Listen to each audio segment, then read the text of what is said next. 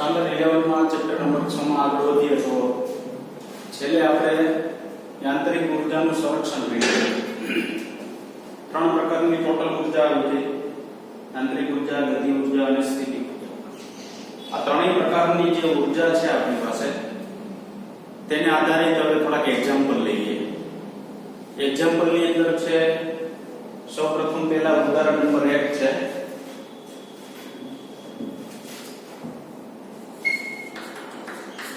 ઉદાહરણ નંબર 1 ની અંદર શું છે તો કે સૌપ્રથમ ચેપ્ટર નંબર 6 નો પહેલો લેક્ચર આપણે ભણ્યા. પહેલા લેક્ચર ની અંદર શું હતું તો કે અદિશ ગુણાકાર એટલે શું, બરાબર, અને અલગ અલગ એના ગુણધર્મો ભણ્યા. એના ઉપરથી એક દાખલો છે. કયો દાખલો છે જોઈએ. રકમ બળ F વેક્ટર બરાબર 3i caret 4j caret 5k caret. બળ F vector equal to 3i caret 4j caret 5k caret એકમ. તમે ને ન્યૂટન લખી શકો, પણ આ લોકો એકમ આપેલું છે એટલે કે એકમ આવતો હોય એમ ટૂંકમાં, બીજું કઈ નવું નથી. ઓકે, તો 3i caret 4j caret 5k caret. સ્થાનાંતર આપેલું છે d વેક્ટર. શું છે? 5i caret 4j caret 3k caret. 5i caret 4j caret 3k caret એકમ અથવા મીટર. ઉપર ન્યૂટન અથવા મીટર એવું લખી શકાય. 5i caret 4j caret 3k caret. વચ્ચેનો ખૂણો શોધો. ખૂણા માટેનું એક સૂત્ર આવ્યું હતું, બરાબર, એ ખૂણો મેળવવાનો છે. તથા F વેક્ટરના d વેક્ટર પરના પ્રક્ષેપનું મૂલ્ય શોધો.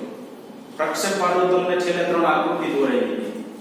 એનો b પરનો પ્રક્ષેપ અને b નો a પરનો પ્રક્ષેપ, બરાબર. ઈ પ્રમાણે આપણે અહીં આકૃતિ દોરશું એટલે આપણને ઓટોમેટિક ખબર પડી જશે કયા કોના ઉપરનો પ્રક્ષેપ પ્રાપ્ત થશે. તો પહેલા તો ખૂણો જોઈએ. તો ખૂણો મેળવવા માટે આપણી પાસે સૂત્ર શું છે? ખૂણો મેળવવા માટે સૂત્ર કંઈક આવું છે: cos θ બરાબર F vector dot d vector, બરાબર. cos θ બરાબર F વેક્ટર ડોટ શું છે? d વેક્ટર છેદમાં under root fx square fy square plus fz square into under રૂટમાં dx square plus dy square plus dz square. તમને ખબર હોય તો છેલ્લું એક સૂત્ર હતું પહેલા લેક્ચર ની અંદર, એટલે કે પહેલો ટોપિક હતો અદિશ ગુણાકારના ગુણધર્મો ને એવું બધું સમજાવો. એમાં છેલ્લા એક સૂત્ર હતું cos θ બરાબર f vector dot d vector under route છેદમાં અંડર રૂટમાં f અને d ના વર્ગનો સરવાળો. તો ત્રણ ઘટકમાં આપેલું ત્રણેયનો સરવાળો કરવાનો. ધારો કે એવું બળ આપે 3i કેરેટ અને 4j કેરેટ, એટલે એનો મતલબ એવો થયો કે x ને y ઘટક આપેલો હોય તો ફક્ત x ને y fx square fy square into under રૂટમાં dx સ્ક્વેર dy સ્ક્વેર. તો બે ઘટકમાં લેવાનું અને ત્રણ ઘટકમાં આપેલું તો ત્રણ ઘટકમાં લેવાનું. ઓકે, તો હું અહીંયા લખી શકું છું cos θ બરાબર f વેક્ટર શું છે આપણી પાસે તો કે 3i caret 4j caret 5k caret dot, એટલે ડોટ ગુણાકાર કરવાનો છે. 5i caret 4j caret 3k caret છેદમાં કિંમત મૂકી દો. f ની કિંમત છે fx ની 3, આ 4 અને 5. 3 નો સ્ક્વેર થાય શું? 9. y 4 છે અહીંયા બળમાં એટલે 16. અહીંયા 5 છે, -5 નો સ્ક્વેર +5 થાય એટલે 25. અહીંયા અંડર રૂટમાં આનો સ્ક્વેર એટલે 25 વત્તા 4 નો સ્ક્વેર એટલે કેટલું થાય? 16 વત્તા 3 નો સ્ક્વેર એટલે કેટલું થાય? 9. આ રીતના મૂકી દઈએ, ડોટ ગુણાકાર કરીએ તો તમને તો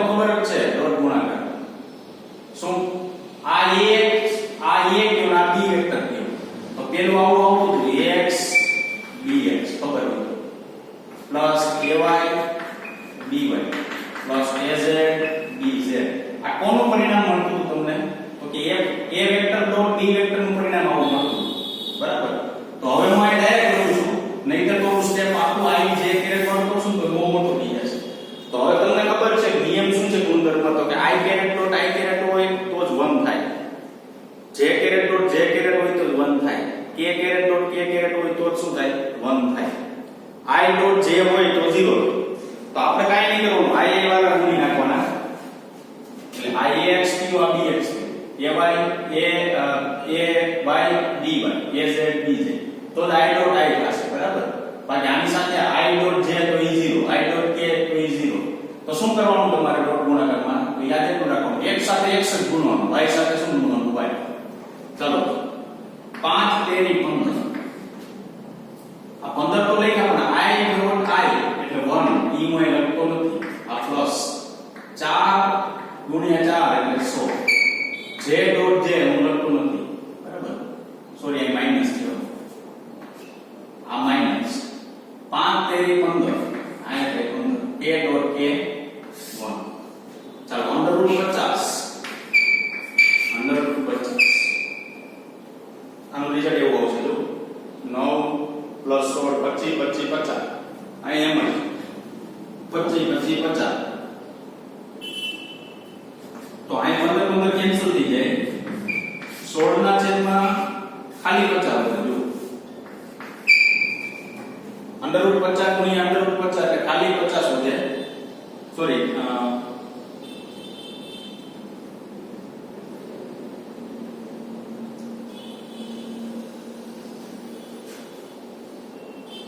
તો આનો જવાબ તમને મળશે 0.32 બરાબર ઈ કોના બરાબર મળ્યું તમને cos થીટા બરાબર તમને મેળવવાનું શું કીધું થીટા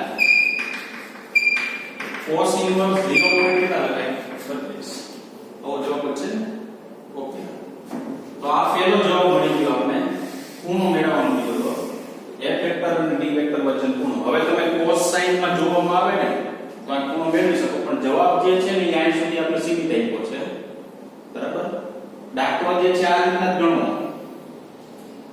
એની અંદર શું છે તો કે સૌપ્રથમ fd મેળવેલું છે જો આ મેળવેલું છે પછી શું મેળવ્યું f ડોટ f એટલે આ પછી d ડોટ d એટલે પછી આમાં કિંમત મૂકી એના કરતા આપણે ડાયરેક્ટ સૂત્ર લગાડી નહીં કિંમત એની અંદર શું કરી શકીએ મૂકી શકીએ ઓકે હવે આગળ તમને પૂછ્યું છે કે પ્રક્ષેપણ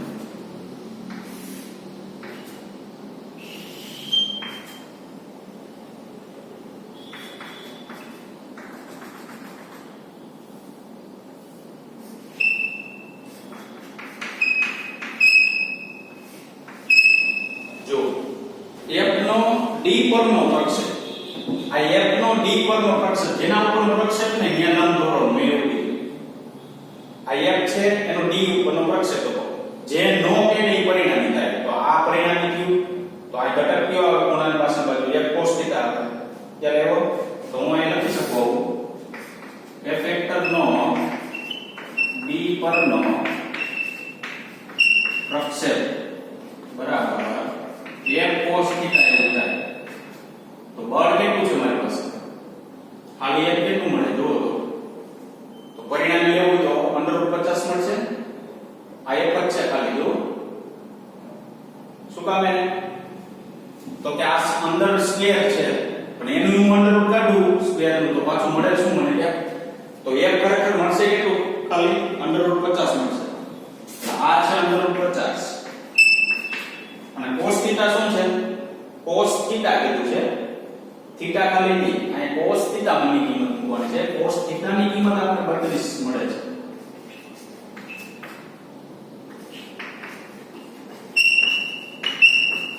ખ્યાલ આવ્યો બરાબર કેટલી મળે છે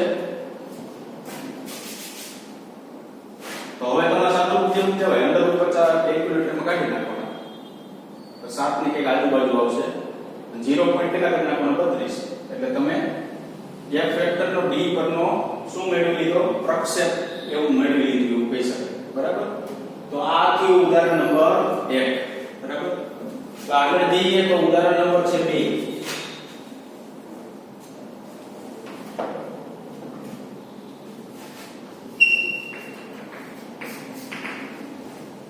શું છે જોઈએ. આપણે જાણીએ છીએ કે વરસાદનું ટીપું નીચે તરફ લાગતા ગુરુત્વાકર્ષણ બળ અને વિરુદ્ધ દિશામાં લાગતા અવરોધક બળની અસર હેઠળ પડે છે. વરસાદનું ટીપું, વરસાદ ચાલુ હોય એટલે ઉપરથી પાણીનું ટીપું આમ નીચે આવે છે. એટલે નીચે તરફ એ શું કામ આવે છે? તો કે આપણે એવું કહેવાય કે ગુરુત્વાકર્ષણ બળને લીધે ઉપરથી નીચે આવે છે. બીજું અવરોધક બળ કીધું. જો અવરોધક બળ એટલે શું? તો કે એનો વિરોધ જે કરતું હોય એવું બળ. વિરોધ કરતું હોય કોણ?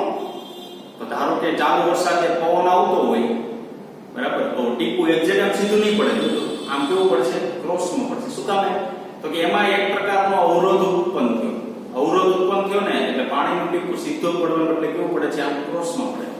એટલે એનો મતલબ એવો કે ખાલી ગુરુત્વાકર્ષણ બળ ન લાગતું હોય, કંઈક અલગ પ્રકારનું બીજું બળ હાજર હોય છે. પછી શું કીધું? અવરોધક બળ ટીપાની ઝડપના સમપ્રમાણમાં હોય છે. અવરોધક બળ જે છે એ ટીપાની ઝડપના સમપ્રમાણમાં. જો ઝડપ વધે તો અવરોધ વધે. એક સિમ્પલ લોજિક છે. તમે ગાડી લઈને જતા હોય, ચાલો પવન જ નથી સામે, કોઈ પણ પ્રકારનો પૃથ્વી સપાટી પર પવન છે તો તમે જેમ લીવર દેશો ને તમને પવન વધુ લાગશે. બરાબર, તો તમારો વેગ વધ્યો કે નહીં? તો સામે અવરોધ કેવો થયો? વધ્યો. એટલે અહીં તમને શું કીધું? અવરોધક બળ ટીપાની ઝડપના સમપ્રમાણમાં હોય છે. સમપ્રમાણમાં એટલે તો કે વેગ વધે અવરોધ વધે. જે સામાન્ય રીતે જાણી શકાતું નથી. સામાન્ય રીતે તમે એનો અનુભવ કે કંઈ કરી શકતા નથી. ધારો કે 1 ગ્રામ દળનું એક ટીપું 1 કિલોમીટર ઊંચાઈ પરથી પડે છે. ધારી લીધું, કઈ ખબર નથી આપને. ધારો કે 1 ગ્રામ વરસાદના પાણીનું ટીપું છે એ કેટલા કિલોમીટરથી પડે છે? 1 કિલોમીટરથી પડે છે. ગણતરી કરવા માટે સહેલું થાય એટલા માટે એવું કરેલું છે. તે જમીન પર 50 મીટર પર સેકન્ડની ઝડપથી સ્પર્શે છે. ઉપરથી આવશે, ધારો કે આ ચોક છે, 1 કિલોમીટર ઊંચાઈ હોય ને આ 1 ગ્રામ દળ હોય તો ઉપરથી નીચે આવશે ગુરુત્વાકર્ષણ બળ અનુસાર. પણ જ્યારે જમીનને સ્પર્શે ને ત્યારે એનો વેગ કેટલો હોય છે? 50 મીટર પર સેકન્ડ. તમને એવું રકમમાં આપેલું છે. આમ ઉપરથી આવશે નીચે પહોંચે એટલે એ કંઈક અથડાશે એટલે કંઈક વેગ સાથે અથડાશે. બરાબર, તો પહેલું શું કીધું? ગુરુત્વાકર્ષણ બળ વડે કેટલું કાર્ય થયું હશે? ગુરુત્વાકર્ષણ બળ એટલે ઉપરથી નીચે આવે તે દરમિયાન કેટલું કાર્ય થયું હશે? બીજું શું પૂછ્યું છે? અજ્ઞાત અવરોધ બળ વડે કેટલું થયું હશે? અજ્ઞાત અવરોધ, જે તમે અવરોધ જાણતા નથી તે બળ વડે કેટલું કાર્ય થયેલું હશે? તો સૌપ્રથમ આપણે અહીંયા જોઈએ પેલું ટીપાની ગતિ ઊર્જામાં થતો ફેરફાર.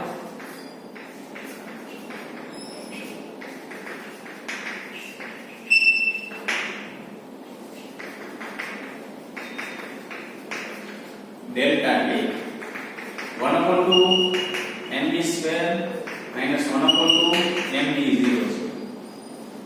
ટીપાની ગતિ ઊર્જા થતો ફેરફાર. શું કામ ગતિ ઊર્જા થતો ફેરફાર?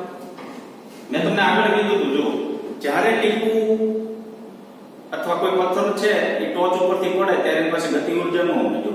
જો પ્રારંભિક ગતિ ઊર્જા શું હોય? 0. તમને અંતર ફિક્સ આપેલું છે કે સપાટીથી 1 કિલોમીટર ઊંચાઈ, તો પ્રારંભિક અંતર શું થયું? પ્રારંભિક વેગ શું થયો? 0. તો પ્રારંભિક વેગ 0 થાય પછી કેમાં આવે છે? ગતિમાં આવે છે. તો એનો મતલબ એવો થયો અહીંયા આપણે એવું કહી શકાય કે પ્રારંભિક વેગ છે ને v0 બરાબર શું છે? 0. તો વધે શું? ખાલી 1/2 mv². આ અંતિમ વેગ છે. જ્યારે સપાટી પર પહોંચે ત્યારે એનો વેગ કેટલો? તો 50 મીટર પર સેકન્ડ. શરૂઆત ઉપરથી નથી આવતો. તમને એવું કીધું કે 1 કિલોમીટર ની ઊંચાઈથી પડે છે તો 1 કિલોમીટર પાસેનો વેગ કેવો ગણવો પડે? તમારે 0 ગણવો પડે. તો અહીંયા 1/2 ગુણ્યા દળ કેટલું આપેલું છે આપણે? 10⁻³ કિલોગ્રામ થશે. 1 ગ્રામ આપેલું છે એટલે કિલોગ્રામમાં. અને 50 નું શું કરવું પડે? સ્ક્વેર. 50 મીટર પર સેકન્ડ જે આવે છે. તો આનો જવાબ આવશે 1.25 જૂલ. આ ડેલ્ટા છે. આ ગતિ ઊર્જાનો શું મળ્યું આપણે? ફેરફાર. હવે આપણે કાર્ય લેવું છે. તો ગુરુત્વાકર્ષણ બળ દ્વારા થતું કાર્ય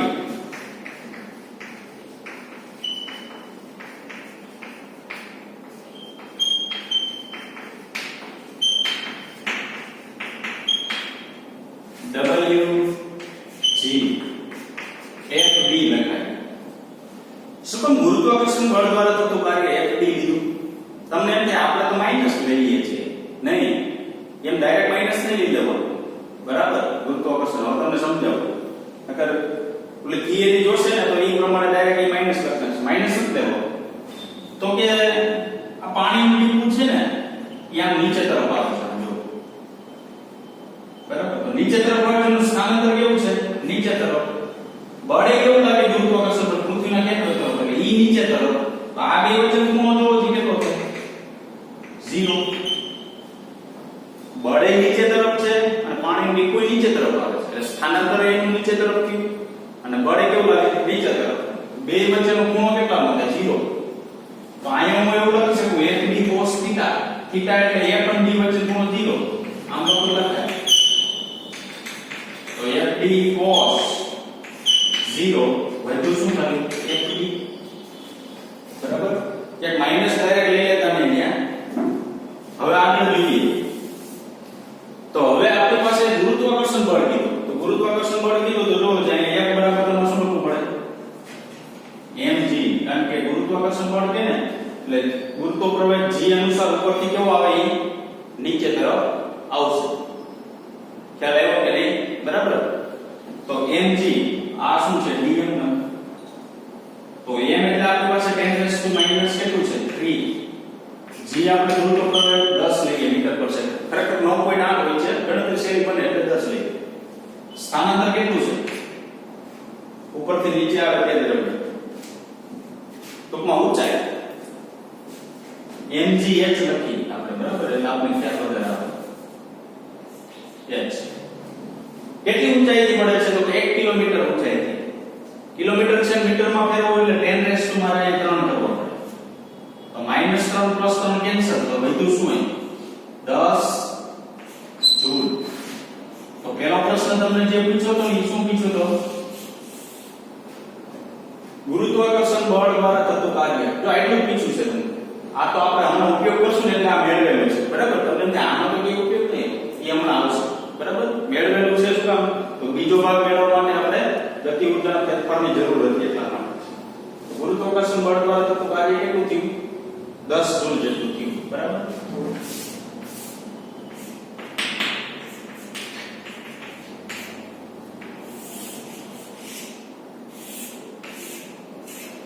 ચાલો એના પછી બી ભાગ પૂછ્યો છે. શું પૂછ્યું છે જુઓ.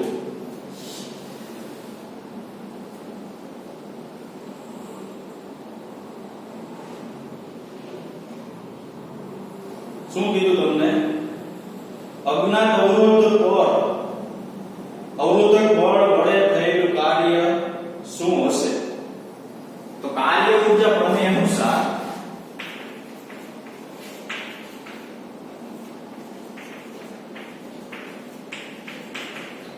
કાર્ય ઊર્જા પ્રમેય શું છે? ડેલ્ટા K બરાબર W. ડેલ્ટા K બરાબર શું છે? W. આ શું છે ખબર છે? કુલ કાર્ય છે. જોજો શબ્દ વાપરેલો છે. કોઈ પણ પદાર્થમાં બાહ્ય બળ વડે થતું કુલ કાર્ય ન વાપરેલું નથી નાખ્યું. કોઈ પણ પદાર્થમાં બાહ્ય બળ વડે થયેલું કુલ કાર્ય ગતિ ઊર્જાના ફેરફાર જેટલું હોય છે. તો કુલ કાર્ય છે તો આ ડેલ્ટા K તો છે જ.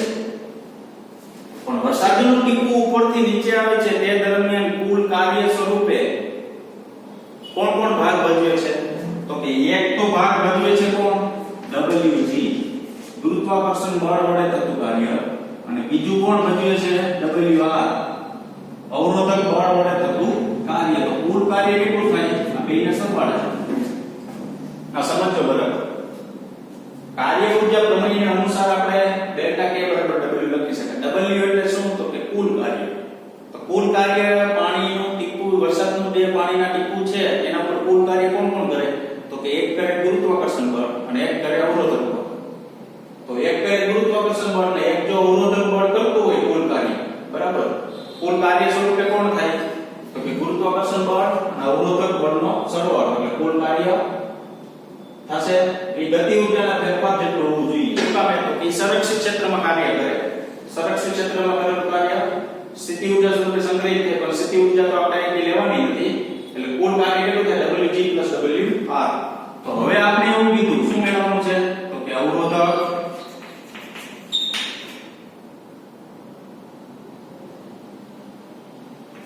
બળ વડે થતું કાર્ય,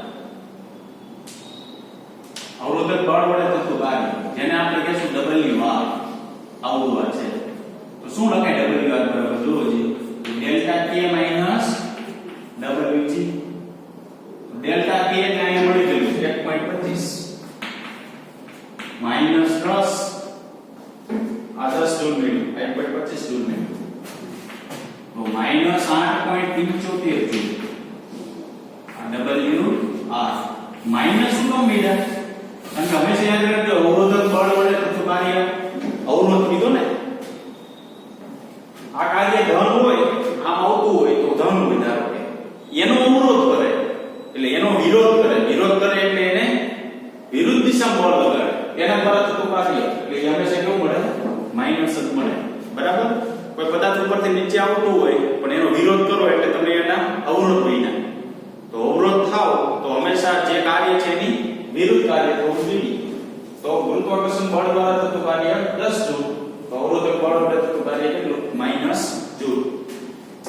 તો આને તમને વાત શું આવી જો અહીંયા સૌપ્રથમ વાત એ કે ટીપાની ગતિ ઊર્જા થતો ફેરફાર. તો પહેલા મેં ગતિ ઊર્જા ફેરફાર શું કામ કર્યો કે આનો ઉપયોગ કરો ગતિ ખરેખર એ જે લખવું હોય તો એટલું જ લખો. બરાબર. આ શું કામ FD લખ્યું ગુરુત્વાકર્ષણ બળ વડે માઈનસ લખી નાખતા ગુરુત્વાકર્ષણ બળ વડે જે મળે એ માઈનસ લખતા નહીં ત્યાં જવાબ ખોટો આવશે. તમે આ માઈનસ 10 મેળવો પછી અહીં કિંમત મૂકો શું થાય પ્લસ 10 તો 11.25 આવજો. બરાબર. તો એ દાખલો આખો કેવો થઈ ગયો આપણો ખોટો થઈ ગયો. બરાબર. તો ઉદાહરણ નંબર છે 3.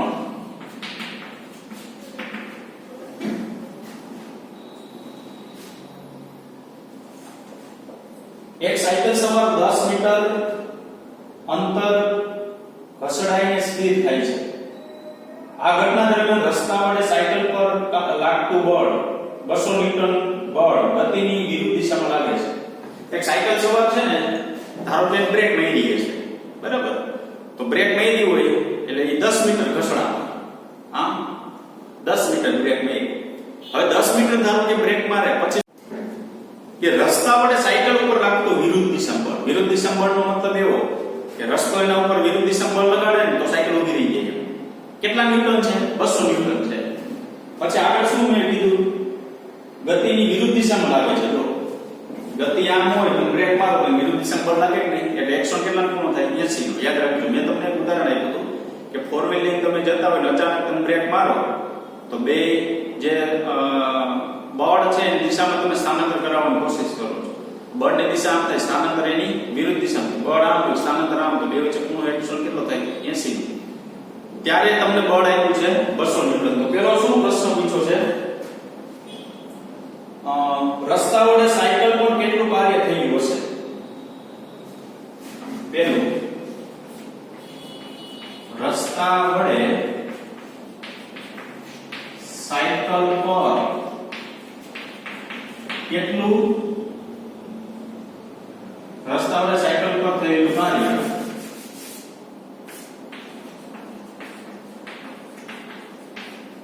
એને આપણે W એક વેક્ટર ડોટ શું લખાય D વેક્ટર. તો હું અહીંયા આવું લખી શકું FD શું લખી શકું cos θ.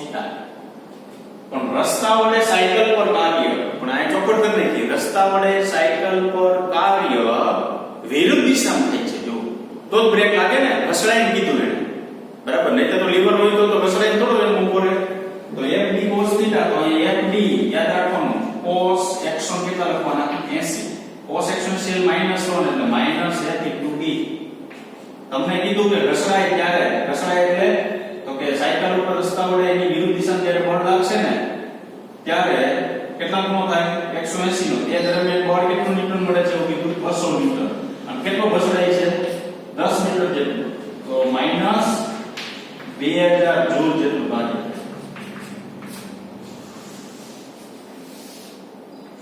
બરાબર. કેટલું કાર્ય થશે 2000 જૂલ જેટલું કાર્ય થશે. બરાબર. તો જો અહીંયા આપેલું છે જો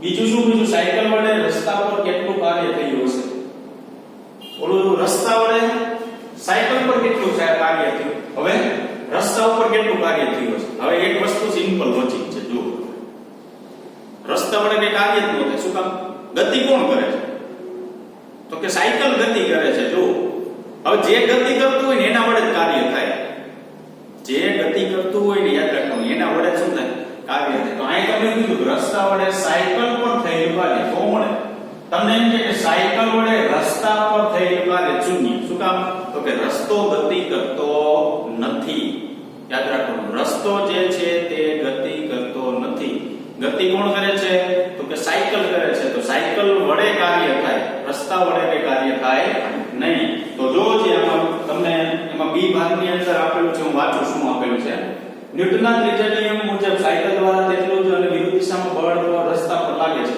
તેનું મૂલ્ય 200 ન્યૂટન છે આમ છતાં રસ્તાનું સ્થાનાંતર થતું નથી આથી સાયકલ દ્વારા રસ્તા ઉપર કાર્ય થતું નથી કાર્ય શૂન્ય તમને એવું કીધું કે ન્યૂટનના ગતિના ત્રીજો નિયમ શું છે તો કે કોઈ પદાર્થ ઉપર જે બળ છે એ સમાન મૂલ્યનું પરસ્પર વિરુદ્ધ દિશામાં લાગવું જોઈએ ધારો કે સાયકલ વડે બળ આમ હોય 200 ન્યૂટન તો રસ્તા વડે 200 ન્યૂટન આમ તો પરિણામી બળ તો એના ઉપરનું શું થયું શૂન્ય થયું તો શૂન્ય બળ શૂન્ય થાય તો કોઈ કાર્ય પ્રાપ્ત થશે નહીં f ઇક્વલ ટુ શૂન્ય મૂકી દો તો f ઇક્વલ ટુ જ્યારે શૂન્ય મૂકવામાં આવે ને તો કાર્ય ડાયરેક્ટ શું થઈ જાય 0 થઈ જાય બરાબર તો બીજી ભાષામાં શું કીધું રસ્તો ગતિ કરતો નથી તો રસ્તો ગતિ ન કરતો હોય તો તેના વડે કોઈ પણ પ્રકારનું કાર્ય થાય નહીં બરાબર બા એટલો બીજો જે છે ને એટલો જ આપવાનો છે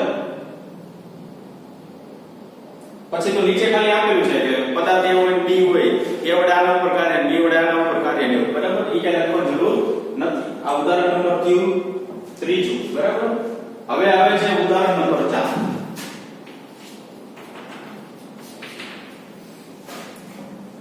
એક મિનિટ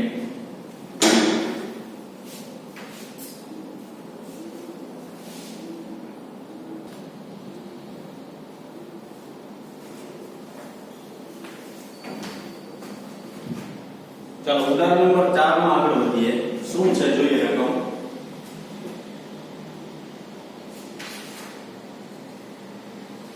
લશ્કરી કવાયતમાં પોલીસ અધિકારી 50 ગ્રામ દળની બુલેટ 200 મીટર પર સેકન્ડ કોષ્ટક 6.2 જુઓ ની ઝડપે 2 સેન્ટીમીટર ની જાડાઈના નરમ પાટિયા ઉપર છોડે છે બુલેટને તેની પ્રારંભિક ગતિ ઉર્જા 10% ઉર્જા સાથે તેમજ બહાર નીકળે છે તો બહાર નીકળતી બુલેટની ઝડપ કેટલી છે તો કોઈ લશ્કરી બંદૂક છે બુલેટ બંદૂકમાંથી એક ગોળી છૂટે એક પાટિયું છે એ પાટિયા ઉપર મારવામાં આવે છે એક ઝડપથી મારવામાં આવે આ પાટિયામાંથી બંદૂક મારો એટલે બંદૂક ધારો કે પાટિયાની બહાર નીકળી જાય છે આ સાઈડથી બહાર નીકળે એટલે કંઈક ઊર્જા ગુમાવી દે શું તમે તો કે કંઈક મોટો અવરોધ આવ્યો જોવો બરાબર તો કે જે તમે ગોળી છોડી હોય ને એના 10% ઊર્જા ગુમાવીને એ બહાર નીકળી જાય છે ધારો કે 1000 જૂલ મળતું હોય એમાં 1000 જૂલ જ મળે એના 10% એટલે કે એની પાસે 100 જૂલ સાથે એ શું નીકળી જાય બહાર નીકળી જાય બરાબર એટલે એનો મતલબ એવો થયો કે હવે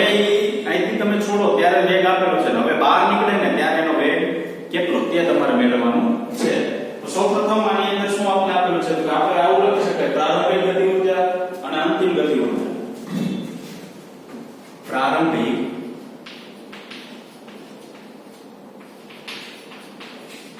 ગતિ ઊર્જા પ્રારંભિક ગતિ ઊર્જા કેટલી તો કે 1/2 mvi², બરાબર કેટલી આપેલી છે જોઈએ પ્રારંભિક ગતિ ઊર્જા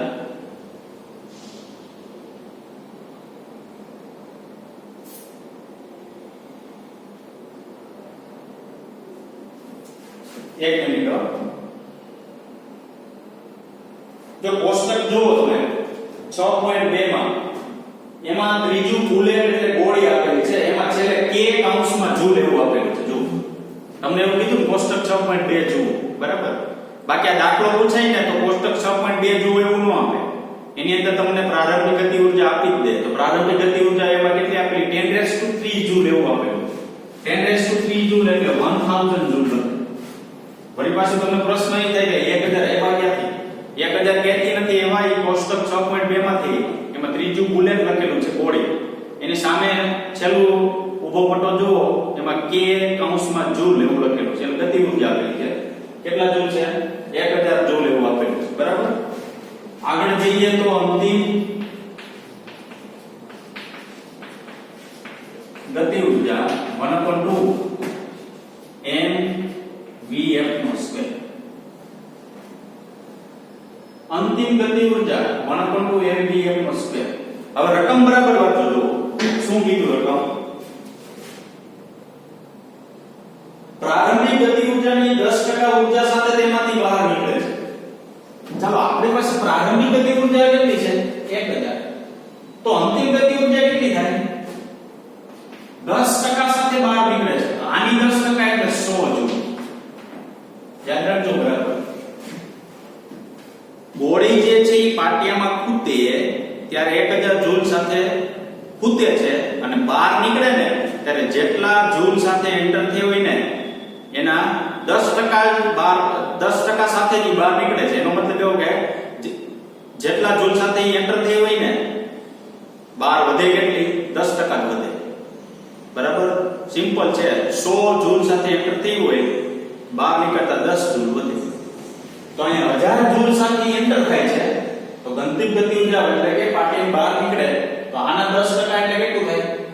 100 જૂલ વધે. ખ્યાલ આવ્યો કે નહીં? તો અહીંયા આપણી પાસે જો કે 1/2 mvf² બરાબર 100 જૂલ આવું છે.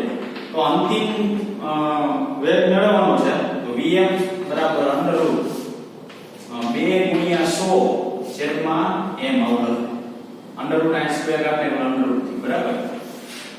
ચાલો અહીંયા કશું દળ કેટલું છે જુઓ જી.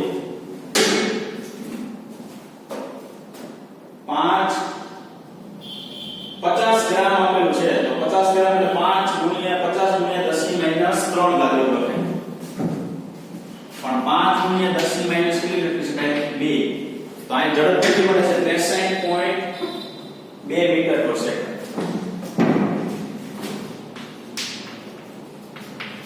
આટલી ઝડપ સાથે એ શું થશે? 12 મીટર. આ અંતિમ વેગ જે મેળવવાનો હતો ને એ વેગ મળી. હવે સરસ લીટી નીચે લખેલી જો. શું લખેલી છે? ઝડપમાં થતો ઘટાડો લગભગ 68% છે, 90% નહીં. પહેલી દ્રષ્ટિએ તમે વિચારો એટલે શું થાય? શું થશે? તો કે તમને એમ કીધું કે 100% સાથે એન્ટર થાય છે 10% વધે. એટલે તમે ડાયરેક્ટ કહી દો ઝડપમાં 90% ઘટાડો થઈ ગયો. તમે ડાયરેક્ટ એવું બોલી નાખો કે ઝડપમાં કેટલો ઘટાડો થયો? 90%. 100% જૂલ સાથે એન્ટર થાય 10% વધે છે એવું રકમમાં કીધું તો તમને પહેલી દ્રષ્ટિએ એવું થાય શું કે 90% નો ડાયરેક્ટ ઘટાડો થયો. નહીં, 90% નો નહીં, 68% નો ઘટાડો થાય છે. કેવી રીતના એ તમને હમણાં મેળવી દઉં તમને. જો ઝડપમાં નીચે બોલ્ડ લીટી કરેલી છે, ઝડપમાં થતો ઘટાડો લગભગ 68% છે. ઝડપમાં થતો ઘટાડો જે છે એ લગભગ કેટલો છે? 68%. 90% નહીં એવું લખેલું. તો પહેલી દ્રષ્ટિએ આપણને એવું લાગે કે એ ખરેખર 90% નો ઘટાડો થયો પણ 90% છે નહીં. કેવી રીતના? તો હું અહીં નોંધ કરીને લખાવું છું. બરાબર. જે દાખલો પૂછાય એમાં કે લખવાનું નથી. દાખલો પૂછાય ને એટલે અહીંયા પૂરું થઈ ગયું. 63.2 મીટર/સેકન્ડ શું થઈ ગયું? પૂરું થઈ ગયું. બરાબર. હવે ત્રીજી રાશિ લખું. ઝડપ અને ગતિ ઉર્જા. તો ઝડપ અને ગતિ ઉર્જાની અંદર શું લેશો આપણે? તો કે રકમની અંદર કેટલું આપેલું? 200 મીટર/સેકન્ડ હોય ને ત્યારે 100% જુલ. 200 મીટર/સેકન્ડ હોય ત્યારે ગતિ ઉર્જા કેટલા ટકા થાય? 100%. શું કામ? કે પ્રારંભિક વેગ અહીં જો તમને શું કીધું? 200 મીટર/સેકન્ડ ની ઝડપથી અહીંયા ભટકાય છે. 10% ઉર્જા વધે છે, 90% ગુમાવી દે છે. બહાર નીકળતો ત્યારે વેગ કેટલો થઈ ગયો? પછી 63 ઘટી ગયો. હવે અહીંયા એવું કીધું તમને ઝડપ 200 મીટર/સેકન્ડ હોય ત્યારે 100% જૂલ, 100% ગતિ ઉર્જા હોય. 100% એટલે કેટલી? 1000 જૂલ. બરાબર. તો હવે ઝડપ કેટલી મળી? જો 63.2 મીટર/સેકન્ડ હોય ત્યારે ગતિ ઉર્જા કેટલી વધે? તો હું અહીં લખી શકું ગતિ ઉર્જા બરાબર 63.2 ગુણ્યા 100% છેદમાં 200. આ બે કેન્સલ થઈ જાય. 200 એટલે 31.6%.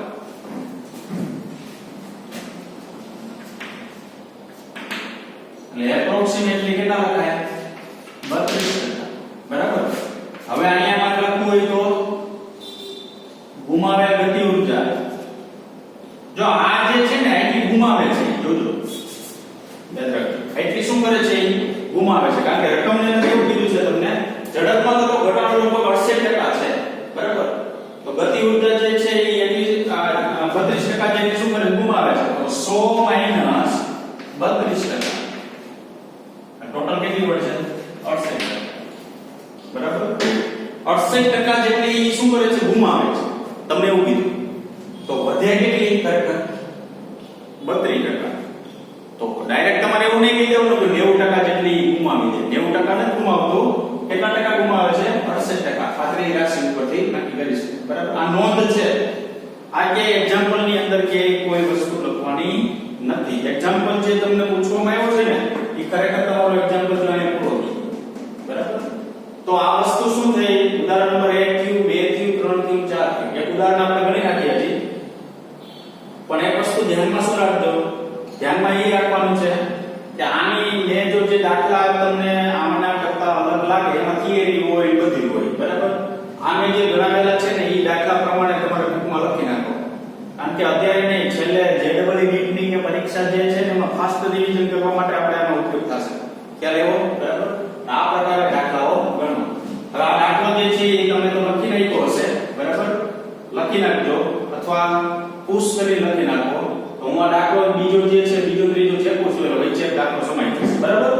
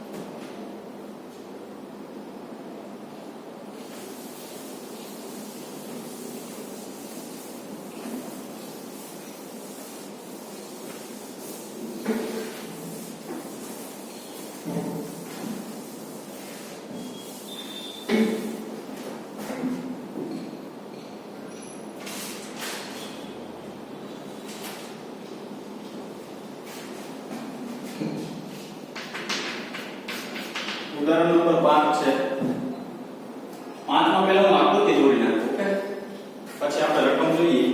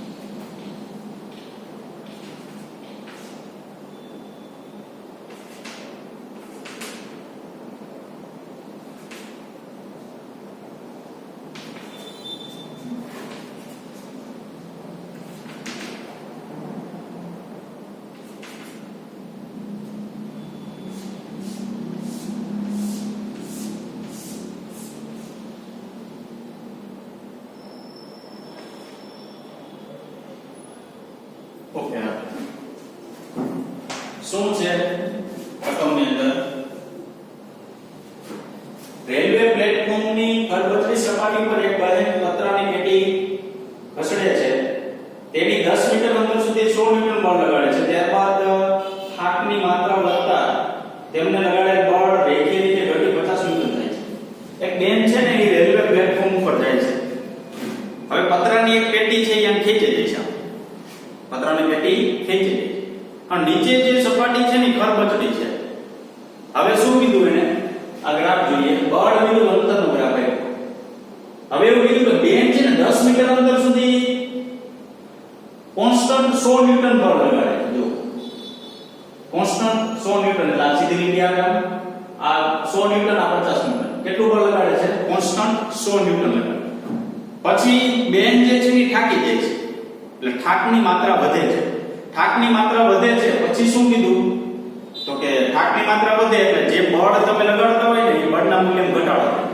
પછીનું 10 મીટર અંતર આપે ને ત્યારે બળ જે છે એ 100 ન્યૂટનમાંથી ઘટી 50 ન્યૂટન થઈ જાય. એટલે બળના મૂલ્ય શું થયો? ઘટાડો. એટલે આ ગ્રાફ કેવો નીકળ્યો? નીચે ઉતર્યો. તો વ્યક્તિ આમ કોઈ બેન છે એમ ચાલ્યા જતા હોય 10 મીટર સુધી કોન્સ્ટન્ટ 100 ન્યૂટન બળ લગાડે છે, પછી થાકની માત્રા વધે છે એટલે થાકી જાય છે, પછી બળનું મૂલ્ય શું થતું જાય? ઘટતું જાય ને કેટલા ન્યૂટન થઈ જાય? 20 મીટરે 50 ન્યૂટન થાય. આગળ શું કીધું? પતરાની પેટી એક આપેલ કુલ અંતર 20 મીટર છે, બરાબર છે? એ 0 10 મીટર ને 20 મીટર કુલ અંતર પતરાની પેટી કેટલું કાપે છે? 20 મીટર કાપે છે. પછી શું કીધું? બહેને લગાડેલ બળ અને 50 મીટર જેટલા ઘર્ષણ બળ સ્થાનાંતર દર્શાવતો આલેખ દોરો. બહેને લગાડેલ બળ જે છે એ ક્યાં સુધીનું છે? તો કે પહેલા 100 પછી 50. ઘર્ષણ બળ વાળો ગ્રાફ દોરવો હોય એટલે ઘર્ષણ બળ જે છે યાદ રાખવાનું, તમે આમ આવશે તમારે ઘર્ષણ બળ જે છે ને તમે ગતિ કરતા હોય ને એની વિરુદ્ધ દિશામાં હોય. આ પતરાની પેટી જે છે એ ધારો કે આમ ગતિ કરતું હોય તો ઘર્ષણ બળ જે છે એની વિરુદ્ધ દિશામાં હોય. તો બળ તમારું એક આમ હોય તો ઘર્ષણ બળ ઈ બળ જ છે, તો વિરુદ્ધ દિશામાં તમારે માઈનસ લેવું પડે, બરાબર? તો ટોટલ જે બેન છે ઈ 100 પેલા ન્યૂટન હોય છે, પછી કેટલું? 50 ન્યૂટન બળ લગાડે. તો હવે જોજો ઘર્ષણ બળ તો ઠેઠ સુધી સમાન છે, કારણ કે એ તો ખરબચડી સપાટી ઉપર જ છે ને, બરાબર? એટલે 0 મીટર થી શરૂઆત કરી 20 મીટર સુધી ઘર્ષણ બળ તો કેવું રહેશે? અચળ જ રહેશે, એમાં વધઘટ ન થાય, બરાબર? કારણ તો કે નીચે ખરબચડી સપાટી છે એટલે ઘર્ષણ તો થશે જ. એટલે શું કીધું? એનો ગ્રાફ દોરો. એટલે આ તમે ગ્રાફ દોરી લીધો. આ જે છે બાહ્ય બળ દ્વારા છે થતું કાર્ય, આ જે છે ઘર્ષણ બળ દ્વારા થતું કાર્ય. હવે શું કીધું તમને? ગ્રાફ દોરો. બળ બંને બળો વડે 20 મીટર અંતર સુધીના થયેલ કાર્ય છે. આ બાહ્ય બળ વડે થતું કાર્ય F, આ ઘર્ષણ બળ દ્વારા સ્મોલ f, આના દ્વારા થતું કાર્ય અને આના દ્વારા થતું કાર્ય નો ગ્રાફ દોરો. તો આ ગ્રાફ થઈ ગયો આખો. હવે ઘર્ષણ બળ દ્વારા થતું કાર્ય અને બાહ્ય બળ દ્વારા થતું કાર્ય 20 મીટર અંતર સુધી નું તમે મેળવો. તો પહેલા આપણે આ મેળવ્યું, પછી આ મેળવ્યું. હવે આગળ તમને વાત કરી હતી, હું આ વિધાન લખી નાખું. f વિરુદ્ધ x ના આલેખમાં ઘેરાયેલ ક્ષેત્રફળ એ કુલ કાર્ય દર્શાવે છે, એવું અથવા એવું કહેવાય કે કુલ કાર્યનું મૂલ્ય આવે છે. તમારે ચલ બળ વડે થતું કાર્યમાં બીજા નહીં. બળ વિરુદ્ધ x નો ગ્રાફ જે દોરવામાં આવે ને તેમાં ઘેરાયેલું ક્ષેત્રફળ. તો અહીંયા ઘેરાયેલું ક્ષેત્રફળ શું છે? તો કે અહીંયા કઈ નામ આપ્યું નહીં? ઓકે, હાલો કઈ વાંધો નહીં. અહીંયા આપણે એવું કહીએ કે આઈડિયા નામ છે, હાલો ને એ તો કઈ દેખાતું નથી. લઈ લે ABCD આ ક્ષેત્રફળ, પછી આ ક્ષેત્રફળ લઈ લેવું, બરાબર? CEID નું ક્ષેત્રફળ લઈ લેવું. એના દ્વારા ઘેરાયેલું તમે ક્ષેત્રફળ મેળવી દો તો શું મળે? એ તમને કુલ કાર્ય મળશે. તો પહેલા હું જે લખું છું એ શું લખું છું? WF. તો W કેપિટલ F એટલે બાહ્ય બળ વડે થતું કાર્ય કયું મળશે? ABCD નું ક્ષેત્રફળ, ABCD નું ક્ષેત્રફળ એટલે આટલું થયું, પ્લસ CEID સમલંબ ચતુષ્કોણનું, CEID સમલંબ ચતુષ્કોણનું આપણે શું કીધું ઘેરાયેલું ક્ષેત્રફળ છે કાર્ય દર્શાવે. પહેલા તો આપણે રકમ પરથી ગ્રાફ આવવો જોઈએ. ગ્રાફ થઈ ગયો પછી ઘેરાયેલું ક્ષેત્રફળ કાર્ય દર્શાવે. ક્ષેત્રફળ લઈ લઈએ એના માટે શું થઈ ગયું કાર્ય. તો પહેલું ક્ષેત્રફળ આ એક શું થશે ચોરસ જેવું કંઈક દેખાય છે એટલે એબીસીડી નું ક્ષેત્રફળ લઈ લઈએ. પછી આ કંઈક છે જુઓ ઈ સમલંબ ચતુષ્કોણ છે. તો સમલંબ ચતુષ્કોણનું ક્ષેત્રફળનું આપણે સૂત્ર આવડવું જોઈએ. તો સમલંબ ચતુષ્કોણના ક્ષેત્રફળનું સૂત્ર મેળવવા માટે આપણે શું કરશું તો ધારો કે આ b છે આપણી પાસે e આ એ અંતર જે છે b છે.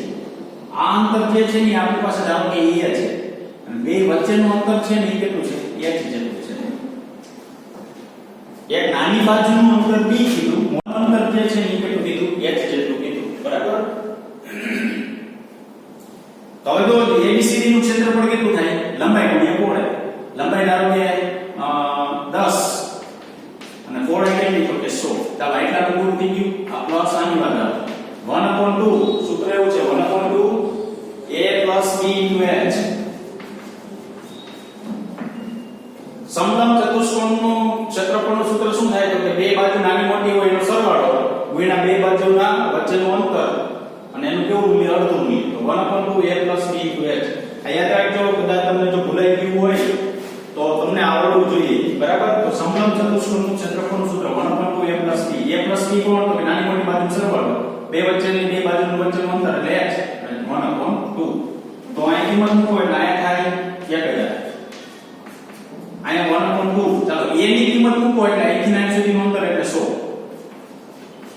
b ની કિંમત મૂકો એટલે અહીંથી 9 અંતર સુધી એટલે 50. h મૂકો બે વચ્ચેનું અંતર એટલે 20 - 10 એટલે અહીંયા 10.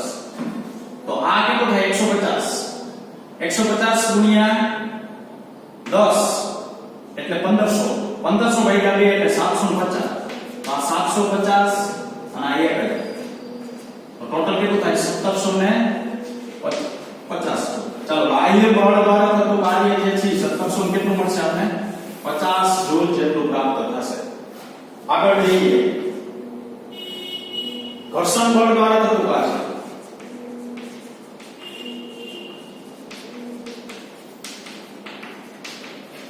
એને આપણે ઘર્ષણ બળ દ્વારા થતું કાર્યને કહીશું W સ્મોલ m. ઘર્ષણ બળ એટલે વિરુદ્ધ માઈનસમાં. ઘર્ષણ બળ હંમેશા માઈનસ જ હોય બરાબર. એટલે માઈનસમાં નીચે તરફ આવે. તો એના દ્વારા થતું કાર્ય શું લેશું તો કે a g h i નું ક્ષેત્રફળ. આ જે ભાગ દેખાય તમને એટલાનું ક્ષેત્રફળ લઈ લેવું ઘર્ષણ બળ દ્વારા થતું કાર્ય થઈ ગયું. તો એ તો સિમ્પલ છે લંબચોરસ છે ધારો કે લંબાઈ 20 મીટર